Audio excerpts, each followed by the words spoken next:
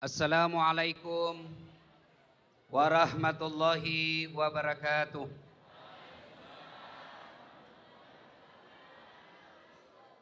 Alhamdulillah, alhamdulillahi rabbil alamin. Wa bihi nasta'inu ala umurid dunya waddin. Ashhadu an la ilaha illallah wa ashhadu anna Muhammadan abduhu wa rasuluh. Allahumma salli ala sayyidina Muhammad wa ala alihi wa sahbihi ajma'in. Amma ba'd. Faqad qala Allah subhanahu wa ta'ala fi kitabil karim wa huwa asdaqul qailin. A'udzu billahi minasyaitonir rajim. Bismillahirrahmanirrahim. Ya ayyuhalladzina amanu taqullaha haqqa tuqatih wa la tamutunna illa wa antum muslimun. Wahai orang-orang yang beriman, bertakwalah engkau kepada Allah dengan sebenar-benarnya takwa, dan janganlah kamu mati kecuali dalam keadaan beragama Islam. Ayat ini setiap Jumat dibacakan khatib. Tidak sah khutbah Jumat kalau tidak dibaca ini ayat. Janganlah kamu mati kecuali dalam keadaan beragama Islam. Berarti ada orang yang lahirnya beragama Islam, puluhan tahun beragama Islam, tapi sayang matinya kafir. Siapa mereka? Contoh jini ya, contoh ji. Duda. Kenapa duda Ustaz? Dua mi. Tapi takut menikah. Akhirnya apa? Dia makan pil kuat 2 biji, lalu dia pergi rumah prostitusi, kena serangan jantung, mati di atas perut, mati kafir kok. Apalagi contoh ji ini ya, contoh ji. Ada oknum aparat hukum langgar kok. Oknum. Kenapa kau langgar? Kau tidak lihat ini rambu-rambu? Saya lihat Pak. Kenapa kau langgar? Saya tidak lihat Bapak. Orang Indonesia hadapi polisi baru takut. Dia bukan takut sama hukum. Jadi bagaimana Pak? Berapa mus itu?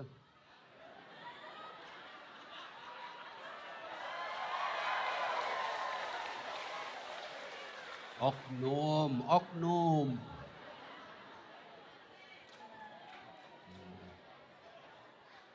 Ratus Pak. Ambil semua. Tidak ada pembeli bensin. Ambil mako 20, mari 80. Sudah itu makan coto 2 mangkok 48 ketupat. Kenapa? Gratis ketupatnya. Keluar dari warung coto, sempoyongan, tabrak, pak, mati kafir. Kenapa? Ada barang haram dalam perutnya. Apalagi? Contoh gini ya, contoh. Pedagang. Ada pedagang sini? Banyak. Berapa harganya sarungmu? 100.000. Mahalnya 80 mo. Itu lagi 100, nuku kasih kau modal karena sama-sama di Astra. Padahal sudah ada untungnya 20.000. Saya bilang modal. Menipu pembeli adalah haram. Wa ahallallahu bai'a wa harramar riba. Allah halalkan jual beli, Allah haramkan riba. Mana riba? Nabi bilang modal, padahal sudah ada untung. Makan, mati kafir. Contoh lagi, contoh. Contoh. Anak muda, cekek botol, lempox, campur racun tikus. Gak tahu ini anak Indonesia belem-belem. Siapa apa racun tikus minum dong. Mabos tengah mi Pak. Ambil motornya, balap, tiang listrik nak kira aspal. Jatuh tak sempat sadar, nak bilang kurang ajar, siapa kasih pindah tiang listrik di sini? Bisa tiang listrik dikasih pindah. Mati kafir. Pak, Bu, halo? Saya mau sadarkan kepada kita, yang lebih bahaya dari radikalisme adalah narkoba. Tidak percaya saya Pak, di kebun ini ada yang mau memberontak merdeka keluar dari Republik Indonesia. Tidak percaya saya Pak. Tapi saya yakin ada yang anaknya mengidap narkoba. Barangkali bukan narkoba, tapi apa? Balok, manyang. Jangan ketawa, saya seriusin anak muda. Banyak lagi contoh-contoh mati dalam keadaan kafir. Itulah sebabnya tiap Jumat tidak sah khutbah Jumat kalau tidak dibaca. Wala tattabi'u ya ayyuhalladzina amanu taqullaha haqqa tuqatih wala tamutunna illa wa antum muslimun. Jangan kasihan kamu mati kecuali dalam keadaan beragama Islam. Tiap Jumat ingatkan kita. Kenapa? Karena Allah ingin sadarkan kita, banyak kalian Islam agamanya tapi matinya kafir. Nauzubillah. Wa qala aidan. Bismillahirrahmanirrahim. Ya ayyuhalladzina amanu dukhulu fis silmi kaffatan. Wahai orang-orang yang beriman, masuklah engkau ke dalam Islam secara sempurna. Jangan Islam pencitraan. Jangan Islam karena mau dicoblos. Jangan Islam karena mau pilpres. Jangan Islam karena mau pilkada. Jangan Islam karena mau pilgub. Tapi Islamlah secara benar. Banyak orang Islam pencitraan Pak. Coba waktu Ramadan. Oh itu politisi. Langsung pakai songkok haji. Pakai gamis. Pakai sarung. Bungkus badannya serban. Pegang tasbih. Foto. Pasang baleho. Disuruh ngaji, tidak nak tahu. Ini Islam pencitraan. Ini dekat-dekat pilpres Pak, dekat-dekat pilkada serentak. Banyak lagi tuh yang langsung jadi ustadz mukanya. Masuk-masuk ke pesantren, masuk-masuk ke masjid, padahal tidak nak tahu mengaji. Islam pencitraan. Jangan Islam seperti itu. Jangan Islam tipu-tipu. Dan sadarlah Bapak Ibu sekalian, jangan mau ditipu sama politisi. Ngakunya Islam, tapi tidak membela Islam. Jangan pilih orang begitu Pak. Hancur kita. Wala tattabi'u khutuwatis syaitan. Dan janganlah engkau ikuti langkah-langkah setan. Karena sesungguhnya setan itu musuh yang nyata bagi kalian.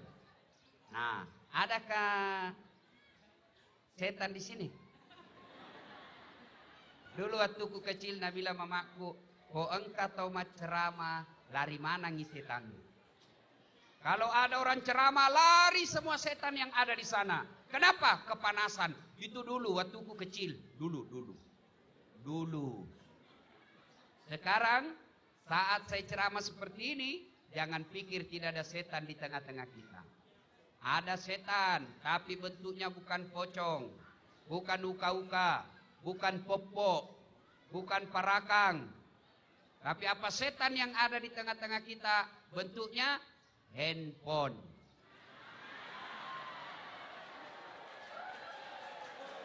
Apa Ibu? Handphone. Ustadz sudah ceramah masih juga menggesek. Setan itu HP-mu bos.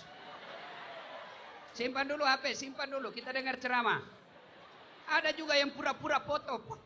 Padahal dalam hatinya, lihat kok HP baru. Saya itu kalau lagi ceramah di foto, saya berhenti Pak.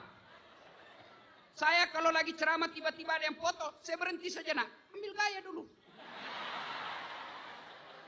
Kenapa? Siapa tahu saya ceramah, kau foto lagi mulut putar buka. Kan tidak bagus. Simpan dulu HP-nya, kita dengar ceramah dulu. Wa qala aidan. Bismillahirrahmanirrahim. Innallaha wa malaikatahu yusalluna 'alan nabi. Ya ayyuhalladzina amanu sallu 'alaihi wa sallimu taslima. Sesungguhnya Allah dan para malaikatnya bersalawat kepada Rasulullah Muhammad sallallahu alaihi wasallam Maka wahai orang-orang yang beriman, bersalawatlah kalian kepada Rasulullah dengan sebaik-baik salawat. Allahumma salli ala Sayyidina Muhammad wa ala ali Muhammad. Sallallahu ala Muhammad. Sallallahu alaihi wasallam. Sallallahu ala Muhammad. Sallallahu alaihi wasallam. Saya kalau di Makassar salawat ke begini jamaah semua ikut. Di sini ndak lihat-lihat Kak. Kira barangkali saya nyanyikan Ki. Ayo salawat sama-sama. Sallallahu ala Muhammad. Sallallahu alaihi wasallam.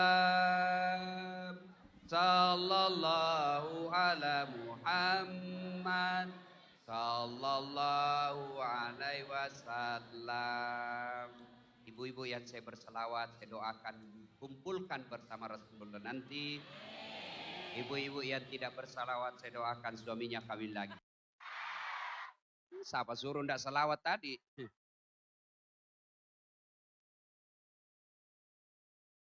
Ulangi. Habis waktu. Ibu bapak, saudara-saudara sekalian, teristimewa yang kita hormati, saudara saya, Bapak Joko Latif. Saya Dasat Latif, beliau Joko Latif. Bapak Wakapolres dan seluruh bos-bos yang ada di depan. Saya tidak sebut nama tak selain karena saya tidak hafal juga kasih habis waktu. Semua kita hormati, semoga Allah Subhanahu wa taala merahmati acara ini. Amin.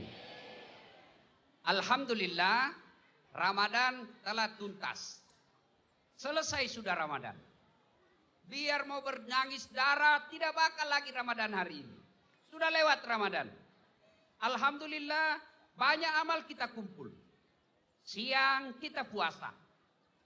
Sore hari, jelang buka, kita tadarus. Selesai buka puasa, kita bergegas ke masjid. Salat tarawih. Selesai tarawih, kita tutup dengan witir. Jam 2 dini hari, kita bangun makan sahur. Sebelum makan sahur, dia sholat tahajud 8 rakaat. Selesai sholat tahajud, dia melakukan istighfar, bertobat kepada Allah. Lalu dia lanjutkan makan sahur. Selesai makan sahur, dia tidur. Tidak tidur, tapi lanjut sholat subuh di masjid. Selesai sholat subuh, dia tadarus lagi, persiapkan diri masuk ke kebun. Alhamdulillah, banyak amal kita untuk kehidupan akhirat. Berkaitan dengan ini, Rasulullah memberikan kabar gembira. Man shoma Ramadana imanan wa ihtisaban ghufira lahu ma taqaddama min zambi. Barang siapa yang berpuasa di bulan suci Ramadan, siapa saja, mau Wakapolres, mau security, mau janda, mau duda, mau pemuda, mau anak sekolah, mau manajer, siapa saja berpuasa di bulan suci Ramadan, diampuni dosanya yang telah lalu tanpa yang akan datang. Subhanallah. Baru puasa Pak, belum kita tarawih, belum tahajud, belum witir. Baru puasa, Nabi memberikan kabar gembira, diampuni dosa kalian yang telah lalu dan yang akan datang. Itulah sebabnya akhir Ramadan kita tutup perayaan kemenangan kita, masuk 1 Syawal kita rayakan kemenangan dengan beraidil fitri. Yang salah satu arti Aidil Fitri itu adalah kembali menjadi suci. Suci seperti bayi yang baru dilahirkan. Ibu-ibu saya tanya, kalau bayi yang baru dilahirkan ada dosa atau tidak? Bayi yang baru dilahirkan ada dosa atau tidak? Tidak. Maka Nabi menjelaskan kita ini seperti bayi yang baru dilahirkan. Dilahirkan dari apa? Dari Ramadan. Dilahirkan dari apa? Dari bulan suci. Maka kita adalah bayi. Bayi Bapak ini, nih, Bapak-bapak ini di depan saya adalah bayi-bayi yang berkumis. Tidak ada dosa. Nih, dengan catatan dosa yang bagaimana diampuni Allah di bulan suci Ramadan. Ibu bapak, dosa itu ada 2 jenisnya. 1, dosa kepada Allah. Yang kedua, dosa kepada sesama manusia. Dosa kepada Allah, Ramadan insya Allah tuntas. Dosa kepada Allah selama Ramadan habis. Dosa jenis kedua, dosa kepada security, dosa kepada cleaning service, dosa kepada tetangga, dosa kepada istri. Alasan rapat, ternyata pergi merapat. Dosa kepada pegawai, dosa kepada kepala kantor, dosa kepada pembantu, dosa kepada sopir, dosa kepada anak buah. Belum diampuni sebelum meminta maaf sama yang bersangkutan. Alhamdulillah. Sekali lagi, alhamdulillah, kita bangsa Indonesia punya tradisi yang disebut halal bihalal. Sekali lagi, tradisi yang disebut halal bihalal. Apa itu halal bihalal? Bahasa Arab yang hanya ada di Indonesia. Bapak pergi ke Timur Tengah, cari ke Saudi, cari bahasa Arab halal bihalal, sampai habis gigi tak jatuh tidak ketemu. Kenapa? Halal bihalal itu hanya ada di Indonesia. Apa makna halal bihalal? Apa arti halal bihalal? Secara sederhana, halal bihalal dapat diartikan dengan bahasa Indonesia menghalalkan yang tadinya tidak halal. Bahasa Parisnya, Paris, si halala keki. Oh, berarti banyak orang Bugis di sini. Paris itu Pare-Pare dan sekitarnya. Pak Joko, Pak Waka, ini orang Bugis jago Pak. Saya kemana-mana ketemu orang Bugis. Saya ke pelosok Sumatera namanya Pulau Kijang. Di sana pulau Pak, bahasa pengantarnya bahasa Bugis. Saya ke pedalaman Kalimantan Timur, ada namanya Biduk-Biduk, di sana juga bahasa Bugis. Saya pergi ke Singapura, malah ada Bugis Street. Saya diundang ceramah ke Belanda dan Jepang, Amerika, ketemu juga orang Bugis. Begitu saya masuk penjara, banyak juga orang Bugis. Aduh, hebat ini orang Bugis. Ini orang Bugis Pak tidak mau dikalah sama Udin. Itu kan ada lagu Udin sedunia Pak toh? Nah, orang Bugis ada juga namanya Ambok sedunia. Ambok yang banyak rezekinya namanya Ambok Upe.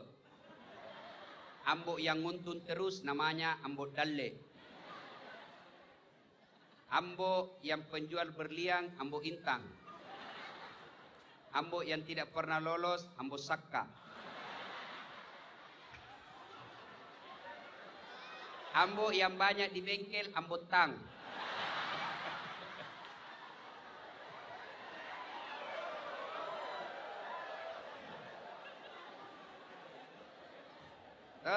Ambok yang suka naik temannya Ambok Endre. Orang Bugis jago Pak. Ibu Bapak, saudara-saudara sekalian. Nah, berbicara soal halal bihalal, putar-putar dari A sampai Z, kita balik-balik ke sana kemari. Halal bihalal itu intinya adalah ukhuwah. Apa itu ukhuwah? Bahasa Indonesia. Apa artinya ukhuwah? Persaudaraan. Nah, ini yang kita mau bahas. Di pabrik ini, di kawasan ini, kita berhalal bihalal, mau cerita-cerita tentang persatuan. Pertama yang saya mau sampaikan. Kenapa putus persaudaraan? Kenapa orang baku musuh? Satu, sebab persaudaraan putus al-istighalu bi uyubil khalqi. Suka sekali cerita jeleknya orang, nah lupa jeleknya dirinya sendiri. Nah ini. Wow. Majelis taklim baik itu bukan yang cantik seragamnya, tapi majelis taklim yang baik akhlaknya luhur. Mana itu Ustaz? Assalamualaikum Ibu Haji. Waalaikumsalam. Masuk Ki. Masuk Ki. Ibu tetangga kayaknya katanya mau ngajar. Bukan majelis taklim iya. Ibu-ibu, halo Ibu. Saya tanya Ibu, ada enggak perempuan yang senang suaminya selingkuh? Ada? Mana orangnya? Ada? Tidak ada. Lalu kenapa ibu cerita? Ibu tahu sota, suka ikut campur. Nanti ibu kalau sudah ikut campur, maka takdir hidupnya tidak pernah lurus, bahkan dia akan bengkok seperti toge. Coba lihat toge. Kemarin malam saya makan tahu isi, begitu saya buka, ada toge. Pagi-pagi saya makan acar, ada juga togenya. Begitu saya makan pecel, ada lagi toge. Soto Banjar, ada lagi togenya. Gado-gado, ada lagi toge. Suka ikut campur. Makanya toge karena suka ikut campur, tidak ada yang lurus. Semuanya bengkok itu toge. Coba lihat, bengkok, kepalanya bengkok-bengkok. Maka kalau ada di kawasan ini pagi-pagi suka gosip, teriaki saja, toge nih ya. Ayuhibbu ahadukum. Sukakah kamu memakan bangkai sesamamu manusia? Itu gosip ibu-ibu. Nah, bagaimana gosipnya kalau bapak-bapak? Oh lain. Gosipnya bapak-bapak adalah isu-isu politik. Apalagi gosipnya bapak-bapak sepanjang pekerjaan, masalah-masalah pekerjaan. Nah sekarang seperti yang disampaikan tadi yang mewakili kepolisian. Ada namanya hoax. Itu bahasa orang susah, hoax. Bacanya sebenarnya hoax. Apa artinya? Berita bohong. Apa artinya? Bele-bele. Apa artinya? Fitnah. Bapak kalau terima berita, broadcast, berita berantai, masuk di WhatsApp, masuk di BBM, masuk di Facebook, jangan langsung share, jangan langsung sebar juga. Baca. Dalam Al-Quran disebut tabayyun. Apa itu tabayyun? Bahasa akademiknya di kampus, check and recheck. Apa itu artinya? Cocokkan dulu, apa betul ini berita. Jangan langsung share saja. Sudah dicocokkan, oh betul-betul. Tapi ditanya lagi, apa manfaatnya kalau saya sebarluaskan? Kita ini terlalu gampang menyebarluaskan fitnah. Bayangkan kalau fitnah kita sebarluaskan. Berkaitan dengan seseorang, orang besar, terhormat, penyampai ayat agama Allah, penyampai kebenaran, menyampaikan hadis-hadis, lalu kita fitnah. Wah, nah cari kau nanti malaikat cilaka. Kamu itu yang menyebarkan fitnah tidak kebenar. Oh, dia cari nanti malaikat. Makanya ketika terima berita-berita di media sosial, jangan langsung sebar. Jangan kita seenaknya, Pak, broadcast, berantai. Enggak bagus. Ya, yang bisa menyebabkan permusuhan adalah al-istighalu bi'uyubil khalq. Suka sekali cerita kejelekan orang, dia lupa kejelekan dirinya sendiri. Satu. Yang kedua, apalagi yang menyebabkan putus persaudaraan? Apa itu? Serakah. Apa serakah? Mangoa. Apa mangoa? Mabu aja. Apa mabu aja? Oh diambil semua. Ada sifat begitu Pak. Ketika Nabi Isra Mi'raj, Nabi diperlihatkan oleh Allah Subhanahu wa taala, ada manusia, tangannya manusia, perutnya bentuk manusia, kakinya bentuk manusia, tapi mukanya monyet. Apa Ibu? Monyet. Apa Ibu? Monyet. Apa bahasa Bugisnya monyet? Coba. Ada juga bilang lanceng. Ya, pokoknya itulah ya monyet. Monyet ya tuh. Nah Ibu, Nabi bertanya, Jibril siapa itu? Badannya manusia, mukanya monyet. Siapa? Jibril menjawab, itulah umatmu yang serakah. Kok monyet? Kenapa bukan ular? Kenapa bukan simbolnya sapi? Coba lihat monyet. Coba lihat. Kasih pisang. Makan. Kasih lagi, masih mengunyah, kasih lagi pisang. Dia tolak. Tidak. Dia pegang tangan kanan. Sudah pegang tangan kanannya. Kasih lagi pisang. Dia tolak. Tidak. Pegang tangan kirinya. Tangan dua-duanya sudah memegang. Mulut masih mengunyah. Kasih lagi pisang. Dia tolak. Tidak. Kaki kanannya pegang Pak. Kasih lagi pisang. Kaki kirinya lagi pegang. Sudah mengunyah. Tangan penuh. Kaki penuh. ada monyet di sampingnya, kasih pisang sampingnya, masih dia rebut. Cak. Itulah monyet. Serakah. Kalau di perusahaan ini banyak monyet, Pak. Hancur ini perusahaan. Dia semua. Dia panitia. Dia pemenang. Dia ngatur. Dia pemeriksa. Nah bilang orang, ambil. Hati-hati, jangan terlalu serakah. Ada juga begitu Pak. Dia tong kontraktor, dia tong pengawas. Ya, ada kontraktor di sini? Ada? Tidak ada kan? Pernah dengar ceritanya kontraktor di akhirat? Pernah? Kalau ada kasih tahu itu teman yang kontraktor. Di akhirat itu penghuni surga sama penghuni neraka baku SMS. Cerita warung kopi ini Pak. Dia bilang penghuni surga, penghuni neraka. Dia bilang, "Oi, bagaimana kabarmu di situ di surga?" Dia bilang, "Masya Allah, enak betul di sini. Nyaman, baru dibayangkan sudah ada di depan kita. Enak semua yang kita mau, baru dibayangkan sudah ada di depan kita. Masya Allah. Kamu bagaimana kabarmu di neraka?" "Wah, tidak ada enaknya di sini. Di blender terus. Tidak ada jam istirahat." Dia bilang penghuni neraka, "Bolehkah kami jalan-jalan ke situ?" Dia bilang, "Boleh, ini mau kok." "Bagaimana caranya?" Dia bilang, "Kita bikin jembatan, ketemu di tengah. Kau bikin jembatan dari surga, kami juga dari neraka bikin. Kita ketemu di tengah." Dia bilang, "Baiklah, kalau begitu lelang proyek." Keluar pemenang tender. Waktu pekerjaan 3 hari. Hari pertama, proyek dari jembatan neraka sudah selesai 50%. Hari kedua, finishing. Hari ketiga, tuntas sesuai waktu. Wah, hebat. Sudah sampai di tengah, dia itu proyek dari neraka. Kenapa proyek dari surga belum mulai? Kita sudah sampai di tengah.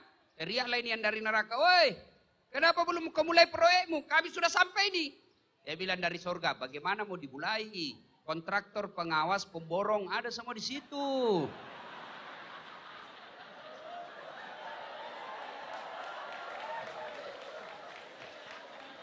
Di sini hanya penghafal Quran sama marbot. Nggak tahu kalkulator ini orang. Itu kalau serakah itu begitu Pak. Nah ibu bapak saudara-saudara sekalian. Kenapa orang serakah? Ibu-ibu. Pak. Halo? Kenapa orang serakah? Sebabnya karena dia merasa kekayaan itu hanya kebun sawit. Kekayaan itu hanya mobil. Kekayaan itu hanya rumah. Kekayaan itu hanya deposito. Padahal kekayaan kita kata Al-Quran, fi ahsani taqwim. Nih badanmu saya kasih kau paling baik. Saya kasih contoh sederhana. Ibu-ibu, saya kasih contoh. Ibu mau enggak saya kasih mobil gratis? Dari misalnya perusahaan kita Astra Group, kasih mobil gratis. Mau ibu? Bapak-bapak mau? Angkat tangan ya mau? Coba angkat tangan. Ya, oke. Tapi begitu bapak dikasih mobil, langsung lumpuh. Masih mau Pak? Masih mau? Untuk apa mobil kalau sudah lumpuh? Artinya apa? Alat transportasi paling mahal bukan mobil. Tapi apa? Kaki yang sehat. Itulah alat transportasi kita yang paling mahal. Saya kasih lagi contoh. Mau saya kasih HP. Gratis, tidak perlu bayar. iPhone 7, pulsanya 2 juta, gratis. Mau? Mau. Tapi begitu saya kasih langsung tuli. Mana yang mau? Mau di apa HP kalau sudah tuli? Halo? Hei, masolah sih. Halo? Bukan HP rusak, telingamu galacak. Coba. Artinya apa? Alat telekomunikasi paling mahal bukan handphone. Bukan jaringan, tapi apa yang mahal? Adalah telinga. Dan Allah kasih gratis. Tidak perlu bayar. Dan hebatnya lagi di telinga, Allah lengkapi telinga kita dengan punya sensor. Dia bisa bedakan mana bunyi air, mana bunyi plastik, mana bunyi batu. Tidak perlu dikursus. Bapak ke Jerman, ke Mekah, ke Saudi, ke Mamuju pasang kayu, sama bunyi air di Amerika dengan pasang kayu. Dan Bapak tidak perlu kursus. Dan hebatnya lagi nih telinga Pak. Allah kasih kita tempatnya yang bagus. Kiri kanan. Bagaimana seandainya telinga satu di bawah ketek? Bapak telepon Pak Joko. Siapa? Di mana? Nggak sopan. Inilah nikmat yang Allah berikan kepada kita. Saya kasih lagi contoh. Saya di UNAS mengajar mata kuliah fotografi yang seperti ini ada pegang. Cara motret. Bapak kalau mau motret, ambil gambar, harus punya kamera. Merek Canon itu paling standar 15 juta. Bapak mau ambil gambar yang agak jauh, tidak cukup dengan kamera lensa yang biasa. Bapak harus punya lensa tele namanya minimal paling murah 8 juta. Berapa juta itu? Sudah 20 lebih. 20 juta. Biar Bapak punya kamera harga 25 juta, Bapak syarat yang berikutnya harus punya skill, ilmu, keterampilan memakai kamera itu. Jangan sampai Bapak disuruh foto Ustaz, setengah badan betul, tapi pusat ke bawah. Harus punya skill, punya ilmu. Harus punya waktu, punya keterampilan. Berapa megapiksel kekuatan kamera kita? Berapa cahaya yang ada, kekuatan cahaya pada saat ngambil gambar. Berapa jarak antara lensa kita dengan objek yang kita mau ambil gambarnya. Harus zoom out, zoom in. Kalau kita close up, zoom out, zoom in. Putar-putar kasih fokus, baru bisa ngambil gambar. Perlu uang puluhan juta, perlu ilmu, perlu waktu untuk menghasilkan gambar yang baik. Alhamdulillah, Allah kasih kita kamera namanya mata. Lengkap lensanya namanya retina. Ada di dalamnya zoom out, zoom in namanya pupil.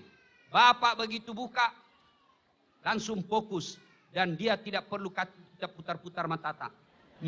Siapa itu? Siapa tidak.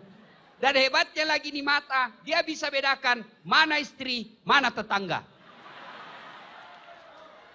Coba bayangkan. Bayangkan seandainya tidak bisa dibedakan mana istri, mana tetangga. Tertukar-tukar istri di kompleks ini Pak. Kenapa malam minggu lelai rasanya? Ternyata tetangga punya istri. Alhamdulillah. Coba. Itu bayangkan lagi. Itu semua nikmat Allah. Kasih lagi contoh paling sederhana. Saya mengajar mata kuliah public speaking. Teknik berbicara di depan umum.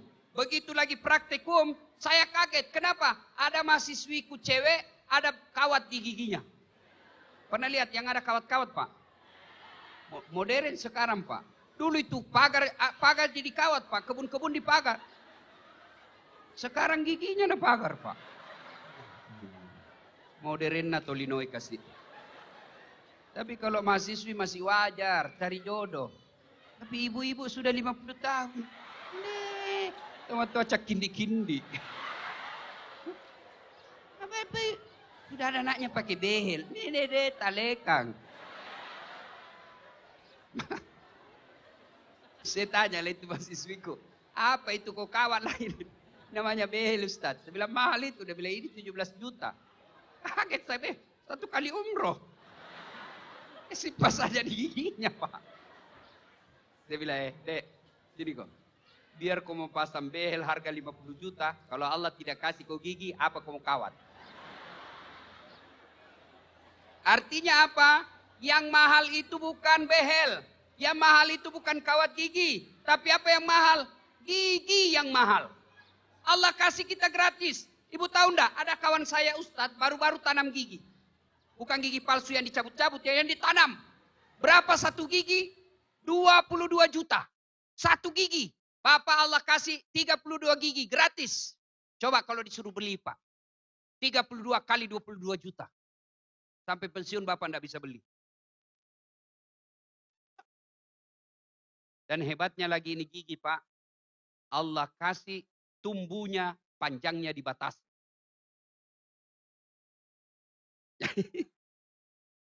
Bagaimana ini seandainya gigi tumbuh seperti rambut? Gondrong semua mulut apa? Tidak bisa sudah kita ceramah kalau sudah gondrong mulut Pak. Masya Allah. Jadi Bapak jangan pernah serakah. Ya, para petugas, aparat, jangan menghalalkan segala cara. Para manajer jangan menghalalkan segala cara. Bapak-bapak para pekerja jangan menghalalkan segala cara. Kenapa? Karena Allah kasih kita nikmat berupa kesehatan. Fi ahsani taqwim. Ini badan kita yang sangat baik. Inilah kekayaan kita yang sangat berharga. Berhentilah kita serakah. Berapa banyak orang dimasukkan penjara, dihina, dimasukkan ke dalam bui. Gara-gara apa? Tidak mensyukuri pemberian Allah. Syukuri apa yang Allah kasih, maka Bapak pasti bahagia. Berdoa tidak dikasih, jangan sangka buruk. Kita berdoa kepada Allah, kok tidak dikasih, jangan pernah sangka buruk. Karena yang Bapak minta tidak baik buat Bapak. Contoh, waktu saya tamat SMA daftar akabri. Saya mau jadi akabri penerbang. Ternyata begitu tes fisik tidak lulus. Kenapa? Ceper. Tidak cukup tinggiku. Saya protes kepada Allah waktu itu. Ya Allah, kenapa kau lahirkan saya dalam keadaan pendek? Kau tidak rugi jadi Tuhan kalau saya tinggi. Ternyata tidak lulus. Ada teman saya, Pak, lulus akabri kepolisian. Sekarang dia di Polda Sulsel. Reserse. 2 bunga-bunga saya lihat di pundaknya, pakai baret merah. Karena reserse pakai baret merah. Allah takdirkan saya jadi dosen, jadi ustadz. Alhamdulillah sekarang pakai baret putih.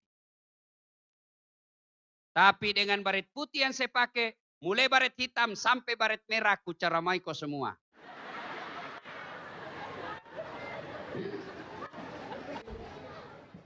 Artinya apa? Syukuri yang Allah berikan. Allah ada punya rencana yang baik. Jangan pernah sangka buruk kepada Allah. Orang yang selalu tidak mensyukuri, tidak pernah merasa puas, maka tidak akan pernah merasa bahagia dunia. Sudah punya istri 1, masih mau nambah. Syukuri saja. Dia bilang, jelek istriku Ustaz. Ya, siapa suruh pilih? Ya.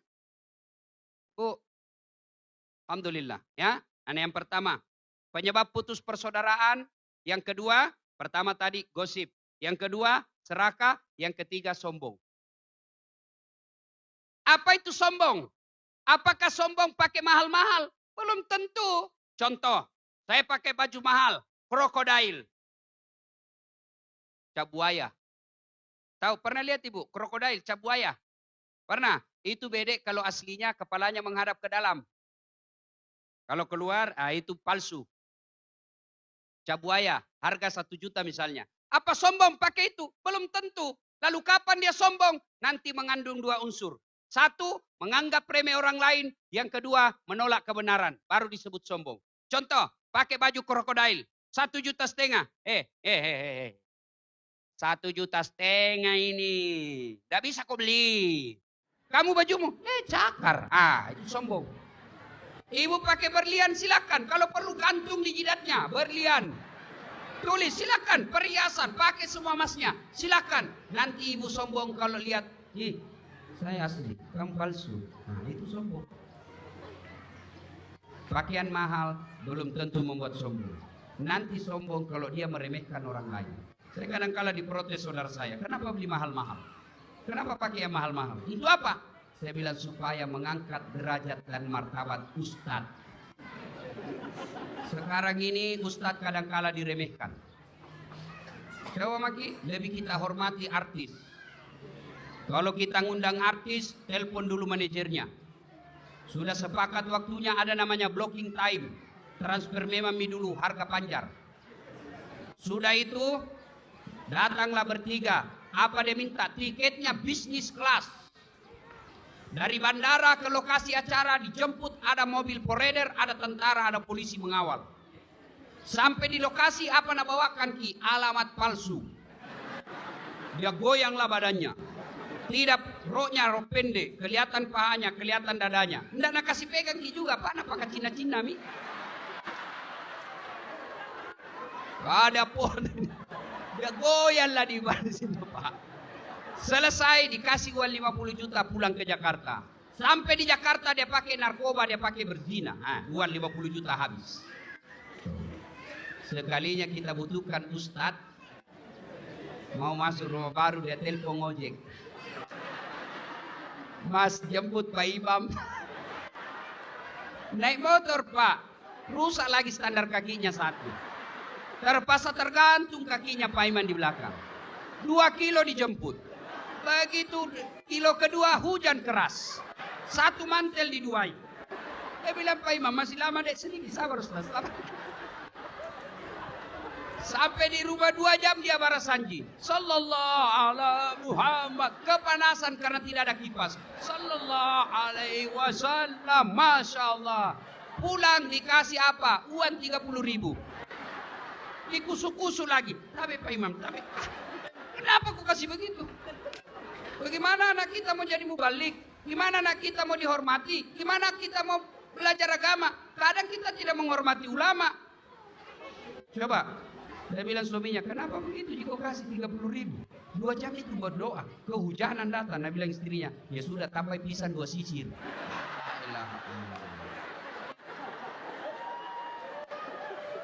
Jadi bapak ketawa karena bapak menganiaya Ustadz kan selama ini. Gimana nak kita mau sekolah agama Pak? Saya itu paling marah kalau dikasih honor, dikasih unyu-unyu. Saya bilang, kasih begitu, nah kita bukan korupsi ini. Ini uang halal, kenapa kau sembunyi-sembunyi? Kasih maaf. Hormati biar sedikit isinya. Lebih bagus lagi kalau banyak. Saya serius ini Pak. Tapi alhamdulillah saya diundang di sini, saya sangat merasa terhormat Pak. Wah, dihubungi terus. Dijemput dengan mobil baru. Naik mobil dibukakan lagi. Masya Allah. Hebat Pak, oh, luar biasa. Nah, meskipun agak jauh-jauh sedikit ya. Saya senang Pak, saya senang datang lagi lihat ibu-ibu ramai ya. Alhamdulillah, mudah-mudahan berkat tempat ini. Nah, Bapak saudara-saudara sekalian, apa penyebab sombong? Kenapa biasa orang punya sifat sombong? 1, karena cantik dan gagah. Cantik 17 tahun masih cantik, sweet 17. Setiap tersenyum satu komplek terpesona. 17 tahun. Tapi balik itu 17 Ibu. Balik 17 tahun Ibu. Berapa? 71. Masih cantik. Tersenyum cucu lari. Kenapa? Dia kira mau digigit. Ayo Pak. Oke lah, masih 40 tahun memang gagah, menawan, cantik, rupawan. Jangan sombong. Allah kasih kita penyakit. Apa? Stroke. Kasih stroke, bengkok mukanya. Kanan kiri dulu semua. Pegang dia padu Pak. Dia pegang apa? Sapu tangan yang dari handuk. Setiap keluar tetes bibirnya. Jalannya begini. Apa? Sudah tidak cantik kalau sudah kena stroke. Jangan sombong karena kecantikan. Masya Allah. Apalagi yang membuat orang biasa sombong? Pangkat jabatan. Paling tinggi pangkatnya di sini Wakapolres. Anggaplah naik lagi jadi Kapolres. Naik lagi jadi Kapolwil Tabes. Naik lagi jadi Kapolda. Tapi percayalah, biar Bapak punya prestasi yang baik. Dicintai oleh rakyat. Tapi begitu Bapak pensiun, berhenti ke polisi. Tidak ada yang bisa lawan pensiun. Kapolres saja bisa pensiun, apalagi security.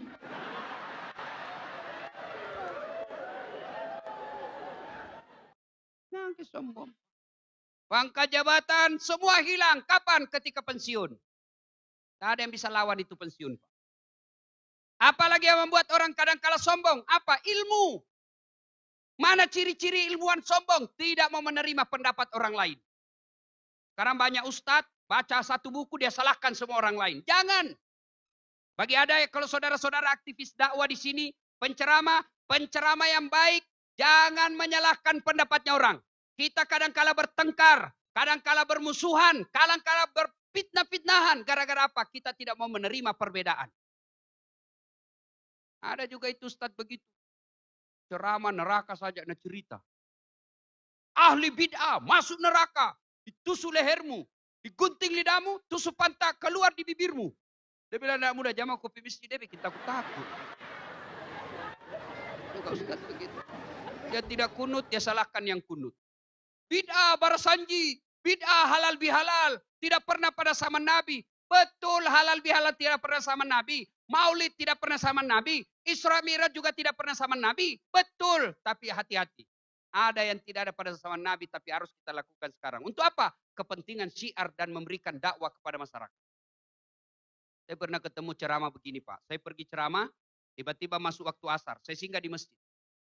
Begitu saya singgah, saya dapat beduk. Tahu beduk?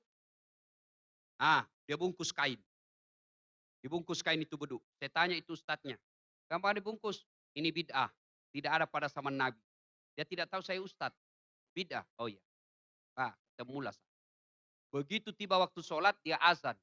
Allahu Akbar, Allahu Akbar. Saya pergi cari sekring. Allahu Akbar, Allahu Akbar. Saya kasih turun sekringnya. Wih, kenapa kasih mati? Kasih bicara itu. Selesai Hasan, dia bilang, kenapa kau kasih mati? Tidak ada pada zaman Nabi. Listrik bid'ah. Lupai. Si mau kok. Ustaz Sotta. Kalau mau ikut di zaman Nabi, orang memuju utara, pima kau haji pakai onta. Karena Nabi dulu dari Madinah ke Mekah pakai onta. Pakai onta orang memuju. 17 tahun udah sampai kok. Nah, jadi itu ciri-ciri ilmuwan yang sombong, menolak kebenaran, menghina orang lain, tidak mau menerima perbedaan. Itu ciri ilmuwan yang sombong.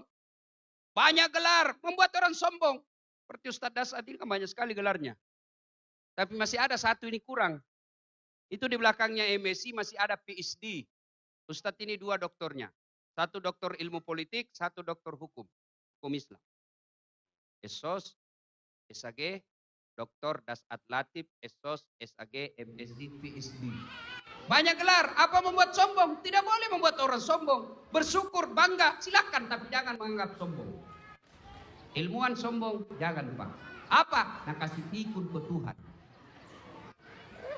Kalau pikun, sampai sekarang belum ada obatnya. Dan tidak ditahu apa sebabnya.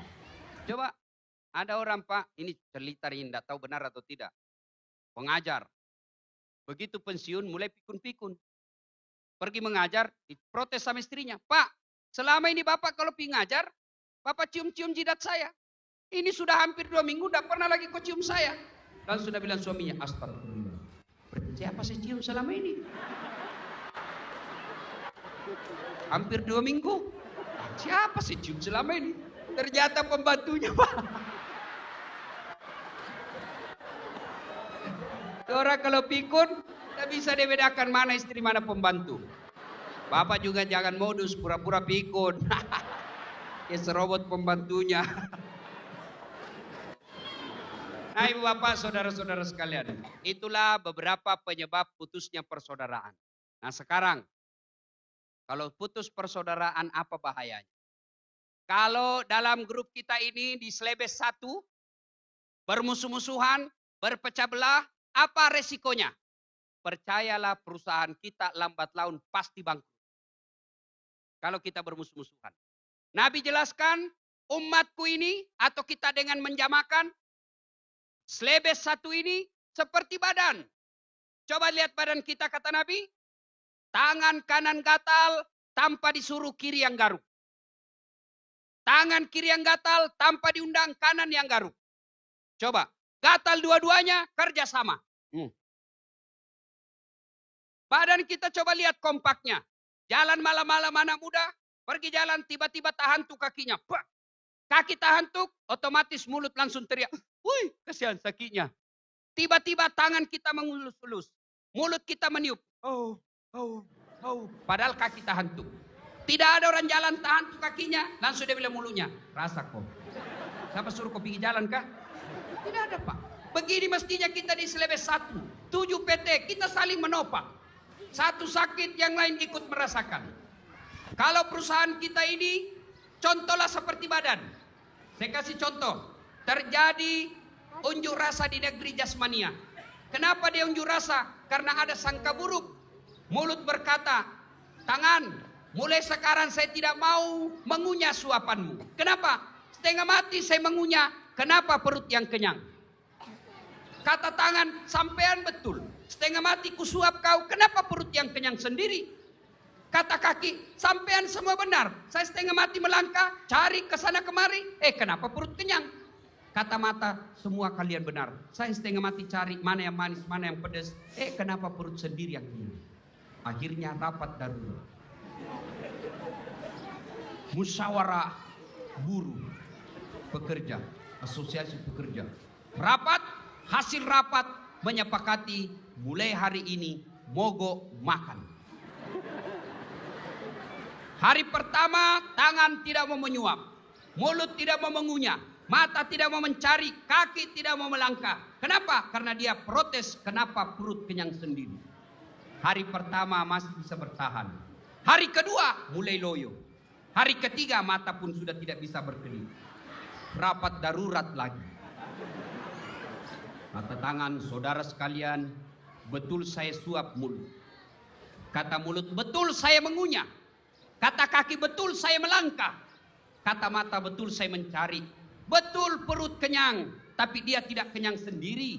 Dia hanya kenyang sesaat. 5 menit saja kenyangnya, 10 menit kenyangnya. Setelah itu dia distribusi seluruh makanan ini ke seluruh anggota tubuh. Perut tidak kenyang sendiri. Setelah dia tampung dalam perut, dia bagi-bagikan ke seluruh tubuh sehingga kita bisa bekerja.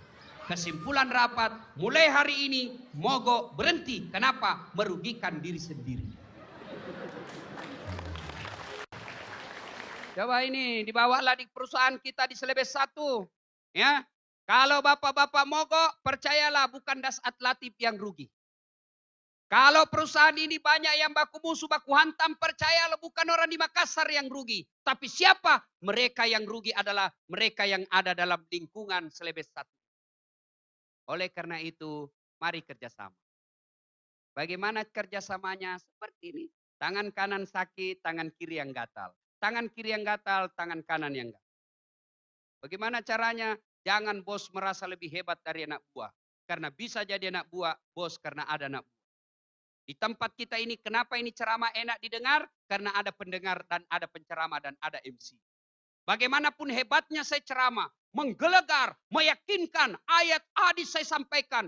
1 jam saya berdiri teriak-teriak di sini, tapi tidak ada pendengarnya. Paling Pak Joko bilang sudah lama itu Ustaz begitu. Sudah gila kasihan itu Ustaz. Ayo, mari. Junjung persaudaraan. Ibu bapak saudara-saudara sekalian. Nah sekarang yang ketiga. Apa kelebihan banyak teman? Kelebihan banyak teman. Kata Nabi, orang yang banyak temannya, banyak rezekinya. Kok bisa? Saya ini rasakan Pak. Saya ini tidak banyak uangku, tapi banyak temanku. Temanku banyak uangnya. Apa? Ada Aksa Mahmud. Tadi saya di sini berwhatsapp sama Menteri Pertanian melapor, Pak Menteri saya ada di lahan, lagi ikuti halal bihalal, tolong doakan saya Ustaz supaya sehat walafiat. Iya Pak Menteri sebentar saya kita doakan jemaah. Banyak teman, banyak rezeki. Saya di pasar di Makassar Pak, hampir tidak pernah laku duit saya. Kenapa? Banyak temanku. Itu istri saya senang sekali kalau saya ke pasar. Saya baru turun mobil sudah ada yang teriak, Assalamualaikum Ustaz. Dalam hatiku aman lagi. Ada yang isi telur, ada isi sayur. Saya bilang berapa? Nggak usah Ustaz. Masih pagi-pagi aja bunga palu. Jangan makin Ustaz. Berapa? Jangan Mi. Dalam hatiku memang itu tunggu. Ayo, banyak teman, banyak rezeki. Yang kedua, banyak teman, gampang selesai masalah. Saya pergi ngurus KTP di Makassar. Begitu saya baru masuk kantor camat, dilihat sama Pak Camat dari CCTV. Langsung keluar Pak Camat. Assalamualaikum Ustaz. Waalaikumsalam Pak Camat. Mana kabar Ustaz? Alhamdulillah baik. Apa diurus? Ngurus KTP di Pak Camat, perpanjangan. Gampang. Panggil semua pegawainya yang ngurus KTP. Urus cepat, bantu Pak Ustaz. Jangan kau minta uangnya, berdosa kau Ustaz ambil. Coba Pak, banyak teman, murah rezeki, gampang selesai urusan. Yang ketiga, banyak teman, insya Allah panjang umur. Kok bisa? Panjang umur 150 tahun? Tidak. Panjang umur apakah 150 tahun? Tidak. Panjang umur itu meskipun sudah meninggal orang masih ada yang mengingat dan lupa. Banyak temannya lewat pemakaman, kita sudah meninggal, lewat teman tak yang puluhan. Baik ini kasihan, saya doakan. Akhirnya apa? Didoakan padahal sudah 5 tahun meninggal, orang masih doakan. Itulah disebut panjang umur. Ibu bapak saudara-saudara sekalian. Nah sekarang yang kelima. Bagaimana yang keempat? Bagaimana cara menyambungkan persaudaraan? Sudah baku putus bini, baku musuki, gara-gara apa? Tetangga. Gara-gara apa? Pagar. Gara-gara apa? Orang kan baku musuh biasa, tetangga ya. Bahayanya orang baku musuh-musuh. Sebelah kanan baku musuh. Gara-gara apa? Musik. Punya VCD baru. Nah bila yang punya VCD baru, rumah-rumahku, CD-CD-ku, listrik-listrikku, saya bayar listrik. Kenapa kalau kasih kencang-kencang? Nah bilang tetangga tak, rumah-rumahku, jendela-jendelaku, telinga-telingaku, kenapa masuk di telingaku itu musikmu? Kan orang bisa berkelahi gara-gara itu. Apalagi depan rumahnya baku musuh. Gara-gara apa? Tetangganya senang hobi tanaman. Dia pelihara kambing. Habis tanaman bunganya orang gara-gara kambingnya baku musuh. Sebelah kirinya gara-gara apa? Tanaman mangga. Mangganya dia tidak pangkas daunnya, nyebrang ke tetangganya lewat pagar tetangga. Dia kotori rumahnya orang. Padahal begitu berbuah diambil semua buahnya. Padahal menurut syariat Islam, tanaman yang kita tanam nyebrang di pagar tetangga, maka yang nyebrang itu haknya tetangga dan bapak yang bertetangga boleh ambil. Kalau dia nyebrang ya, mangga, nyebrang pohonnya, mangga yang nyebrang itu tetangga punya, boleh bapak ambil. Tetangga, mangga. Ada yang tanya kak, bapak-bapak, Ustadz bagaimana kalau istri tetangga menyeberang? Soalnya enggak boleh, lain cerita itu.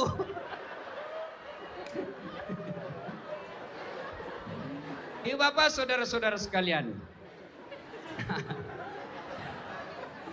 Sekarang bagaimana cara menyambungkan persaudaraan? Kalau kita sudah baku musuh, paling efektif Pak, sedekah. Ini perusahaan kan ada manajer kita semua di sini. Kalau mau maju di perusahaan Pak, perbaiki bantuan kepada masyarakat pegawai kita. Dalam ilmu public relation ada yang disebut yaitu community development atau bantuan kepada lingkungan sekitar. Nah, saya lihat-lihat, saya bukan cerita Pak, saya lihat-lihat saja. Ini keterlaluan pegawai di sini kalau tidak bekerja dengan baik. Bandingkan perusahaan yang lain, coba lihat Pak. Anak sekolah tah ya ada busnya, cantiknya lagi warna kuning, baru. Coba, Makassar jarang kita dapat begitu perusahaan-perusahaan. Sekolah kita alhamdulillah lengkap, gaji kita di atasnya UMD. Apalagi rumah sakit ada, bahkan bisa dirujuk sampai ke Jakarta. Sebagai apresiasi kita, rasa syukur kita kepada Allah, kata Nabi, bukan bagian dari umatku orang yang tidak tahu berterima kasih kepada orang yang membantu dia. Siapa yang bantu kita? Perusahaan. Ustadz, masih ada keluhan. Kau bukan manusia itu kalau bukan tidak ada keluhannya. Pasti masih ada masalah Pak. Naik masalah, makin banyak masalah, selalu ada masalah.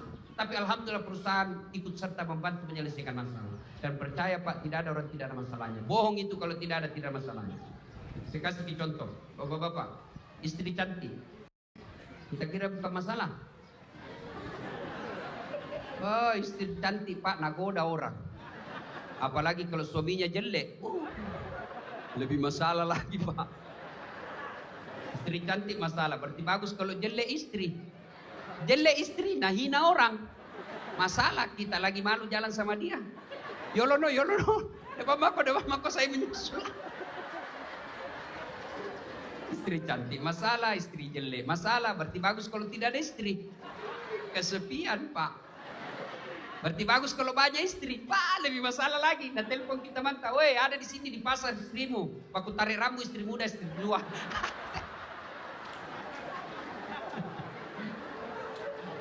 Coba, di perusahaan kita pun pasti banyak masalah. Dan salah satu menyelesaikan masalah itu adalah dengan bersedekah. Bapak Ibu saudara-saudara sekalian. Dan yang berikutnya yang kedua, menyambungkan persaudaraan inilah halal bihalal. Memaafkan apa yang pernah salah. Bagaimana cara berhalal bihalal? Kata Nabi, 1 jabat tangannya, 2 pandang matanya, 3 senyum, 4 salawat kepada Nabi, 5 sebut judulnya, dosa, dan yang ke-6 kalau berkaitan dengan barang, kembalikan barangnya orang. Jadi contoh, jabat tangan. Ustadz, bagaimana kalau perempuan bukan muhrim? Berbeda pendapat ulama. Syafi'i tidak boleh. Imam Malik, selama tidak ada nafsu, silahkan. Jadi saya kalau masih siku yang cewek-cewek, saya tidak boleh jabat tangan. Kenapa? Dia masih muda, saya juga masih muda. Ya. Kalau ibu majelis taklim 50 tahun, 60 saya jabat tangan. Kenapa? Dia sudah tua. Tidak mungkinlah saya nafsu sama ibu-ibu. Dan tidak tahulah kalau ibu nafsu sama saya. Jabat tangan ya. 2 Dua, pandang matanya. Kadang-kadang ada orang biasa, jabat tangan sambil nengok kiri kanan. Itu bukan adab Rasulullah. Rasulullah mengajarkan pandang matanya. Dan yang ketiga, senyum. Jangan juga pandang matanya. Takut orang. Senyum. Yang keempat, salawat kepada Nabi. Allahumma salli ala Sayyidina Muhammad wa ala ali Sayyidina Muhammad. Yang kelima yang paling penting, sebut judulnya dosa. Dan yang keenam, kembalikan kalau berkaitan barang. Pak Dirut, maafkan saya Pak. Kenapa dek? Pernah dulu ada hilang pupuk. Iya, waktu itu setengah mati saya cari di Marsa. Atau siapa yang ngambil? Minta maaf Pak, saya ngambil. Kau yang ngambil? Iya. Ada bilang Pak Dirut, oke, saya maafkan kau tapi kasih kembali itu yang dimasak. Selama tidak dikasih kembali barang kantor Pak, selama itu Bapak tidak diterima tobatnya. Yang pernah ngambil barang-barang kantor perusahaan, kasih kembali besok. Jangan ketawa, saya serius ini. Selama Bapak tidak kasih kembali, selama itu tobatnya tidak diterima. Termasuk ini bapak-bapak nanti minta maaf sama istri, sebut judulnya dosa. Minta maaf ke ibu. Nah bilang istrinya, apa judulnya? Kau minta maaf tiba-tiba. Nah bilang suaminya, sudah minjam tuh cerewet, maafkan mas saja. Daripada kau tambah tersinggung lagi. Kenapa kak? Apa? Sebut kau dapat aja maafkan. Maafkan ibu, pernah gak dulu selingkuh? Nah bilang istrinya, iyalah saya maafkan ya. Begitu memang manusia biasa. Kadang kala kita hilang. Saya maafkan dengan penuh sanggup sayang. Saya maafkan kita, tapi maafkan kan juga. Nah bilang suaminya, kenapa tuh engkau? Saya juga pernah selingkuh Pak. Bapak saudara-saudara sekalian. Nah akhirnya makna terpenting dari halal bihalal ini adalah ukhuwah, persaudaraan. Dan persaudaraan itu akan menimbulkan kejayaan. Integrity is very important thing in the development process. Persatuan dan kesatuan bangsa adalah modal yang sangat berharga dalam proses pembangunan. Perusahaan kita pasti tidak akan berjalan dengan baik kalau kita tidak bersatu. Bersatulah. Pak Kepala tidak boleh merasa lebih hebat dari karyawan. Karyawan pun tidak boleh sedikit-sedikit unjuk rasa dan memberontak. Baiklah kita diskusikan dengan baik-baik. Junjung tinggi persaudaraan di tempat ini. Karena dengan persaudaraan perusahaan kita akan maju. Dan perusahaan maju, percayalah bukan orang lain yang ikut menikmati kemajuan itu. Tapi kita sendiri pegawai dan karyawan di lingkup sebesar ini. Bapak ibu saudara-saudara sekalian, pada akhirnya makna terpenting dari halal bihalal adalah wa'tasimu bihablillahi jami'a wa la tafarraqu. Berpegang teguhlah kepada tali persaudaraan agama Allah dan janganlah engkau bercerai-berai. Sebelum saya akhiri, saya mau tanya dan tolong dijawab dengan jujur. Jujur dijawab, Pi. Ibu-ibu ada HP-nya? Bapak-bapak punya HP? Itu HP kalau dipakai terus kenapa? Kalau lobet diapain? Kalau di lobet tidak dicas kenapa? Kalau mati masih bisa dipakai? Nah ada HP tak? Ada pulsanya 2 juta. Masih bisa dipakai? Tidak. Cas, lobet, cas 1 jam full. Berarti HP-nya masih bagus. Cas 1 jam masih lobet. Cas sampai pagi masih lobet. Berarti rusak nih HP. Alhamdulillah. Baru selesai kucas 1 jam 30 menit. Saya ceramah ini 1 jam 30 menit Pak. Saya barusan ceramah panjang sekali. Saya semangat ceramah ini Pak. Karena situasinya sangat baik. Saya 1,5 jam saya cas Bapak Ibu. Apanya saya cas bukan HP-nya, tapi imannya. Kalau saya selesai ceramah ini, lalu dia pulang, dia baku baik sama tetangganya yang baku musuh, dia datangi musuhnya, dia datangi orang yang pernah bersalah kepadanya, dia datangi orang yang pernah menyakiti hatinya, maka itu berarti masih bagus. Inilah yang disebut Al-Quran, innamal mu'minuna alladzina idza dzukirallah wajilat qulubuhum. Orang yang baik imannya, selesai dengar dakwah, mereka menjadi lebih bagus. Sebaliknya, selesai saya cas 1,5 jam, ceramai 1,5 jam, tapi tidak ada perubahan, tetap baku musuh, tetap tidak baik berkata, saya yang benar, saya yang kakak, saya yang pejabat, saya yang bangsawan, saya yang kaya, masa saya minta maaf? Apa dia bilang? Tanten ton janjenjong, tagi tamulut, tagi takku, jama-jamamu, jama-jamaku. Kenapa kak kalau saya masuk neraka urusanku? Itu stas neraka saja, nah terus cerita. Kayak ton datang cerita. Dia lihat saja itu neraka. Apa? Dia mau lagi panggil itu Ustaz. Enam dah bahas saya terus nak kena. Nah, kalau begini dia Pak, nah ini sudah mati HP-nya. Sudah rusak ini HP-nya ini. Inilah yang Allah sindir dalam Al-Quran. Bismillahirrahmanirrahim. Wa tawa'un alaihim. A'antartahum am lam tunzirhum la yu'minun. Kau sampaikan ayat Allah. Orang yang sudah kami kunci mati hatinya dan tidak bakal mendapat hidayah dari Allah. Kau sampaikan ayat Allah atau tidak, sama saja mereka tidak akan beriman. Bahkan ayat berikutnya menjelaskan mereka bahkan lebih hina dari binatang. Saya ulangi, lebih hina dari binatang. Ibu saya di kampung sampai detik ini masih memelihara jual beli kambing. Itu kalau ada kambingnya saya lihat dia ganggu temannya diseruduk di dalam kandang, suka ganggu-ganggu, nah telepon penjaganya. Tikengi, tangkap itu. Bawa pasar, tiwi pasar, balu ih. Bawa ke pasar, jual itu kambing, suka nak ganggu temannya. Haji, dia gak ketuk beli. Dah ada yang beli Haji. Saya bilang mamaku, kasih kembali. Potong.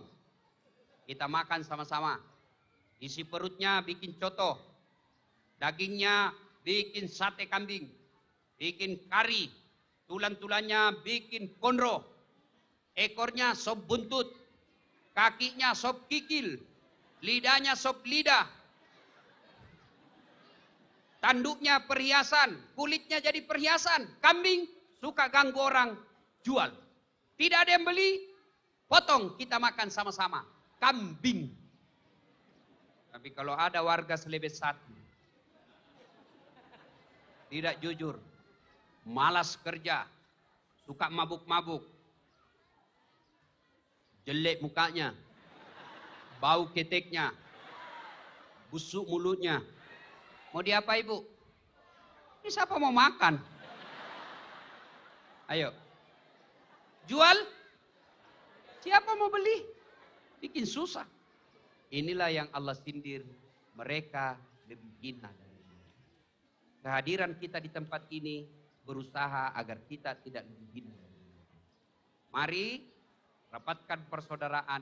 Jika ada perbedaan dan ketidakpuasan terhadap kinerja perusahaan, kita bicarakan baik-baik.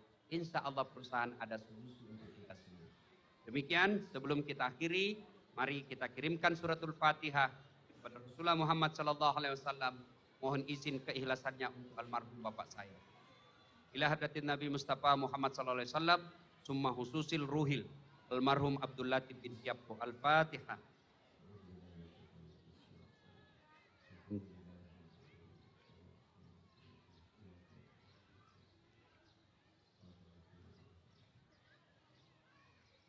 Amin. A'udzu billahi minasyaitonir rajim. Bismillahirrahmanirrahim. Allahumma shalli ala sayyidina Muhammad wa ala ali sayyidina Muhammad. Alhamdulillahi rabbil alamin, arrahmanir rahim, maliki yaumiddin. Iyyaka na'budu wa iyyaka nasta'in. Allahumma ghfir lil mu'minina wal mu'minat wal muslimina wal muslimat al ahya'i minhum wal amwat innaka sami'un qaribun mujibud da'wat wa qadiyal hajat. Ya Allah ya Rabbi ya Karim. Begitu banyak nikmat yang Engkau berikan kepada kami. Tapi kami kadang-kala tidak mensyukuri pemberian itu. Atas nikmat itu kami mohon kepadamu. Jadikanlah kami pandai bersyukur kepadamu. Ya Allah ya Rabbi ya Karim, Zat yang maha membalas. Balaslah segala kebaikan orang-orang yang telah mewakafkan waktu, harta dan ilmunya untuk kami. Angkat harkat dan martabatnya. Wujudkan segala cita-citanya. Bahagiakan keluarganya. Dan jika kelak menghadap kepadamu, hadapkan dalam iman dan Islam. Ya Allah ya Rabbi ya Karim, di kawasan ini kami mencari nafkah. Di kawasan ini kami mengadu karir ya Allah. Rahmatilah tempat kami ini ya Allah. Jadikanlah pekerjaan dan kawasan ini menjadi ladang amal bagi kami. Rabbana atina fid dunya hasanah wa fil akhirati hasanah wa qina adzabannar. Subhana rabbika rabbil izzati amma yasifun. Wa salamun alal mursalin. Alhamdulillah. Terima kasih Bapak Ibu sekalian. Sebelum saya akhiri, saya mau memberikan berita gembira. Berita gembira mudah-mudahan menyenangkan buat Bapak Ibu sekalian. Ibu Bapak, pegawai-pegawai atau Bapak Ibu, masyarakat umum yang ingin menunaikan ibadah haji atau umroh, mau ke Baitullah, saya berikan jalan mudah. Bukan jalan murah, jalan mudah. Apa itu? Bapak kasih saya panjar 5 juta, saya kasih berangkat Enggak menunggu, misalnya Ustadz saya mau bulan 11, bulan 11 berangkat. Saya mau bulan 10 berangkat. 5 juta uang panjarnya saya kasih berangkat. Pulang baru cicil 1 juta 1 bulan. Berapa bulan? Kalau ambil paket bintang 5, artinya hotelnya dekat dari masjid, begitu keluar hotel sudah masjid, 25 juta. Sudah bayar 5 juta, tinggal 20 bulan cicilnya. Bagaimana kalau dalam proses cicil saya meninggal Ustadz? Ikhlas saya halalkan dan lunas. Yang penting jangan berdoa Bapak cepat meninggal. Yang penting bayar saya setelah pulang. Kalau pegawai di sini mau ngumpul-ngumpul, misalnya dikoordinir Pak Hendrawan atau Pak siapa yang mau koordinir, tanda tangan di depan bendahara, siap dipotong gajinya 1 bulan 1 juta, insya Allah biar tidak pakai DP, boleh.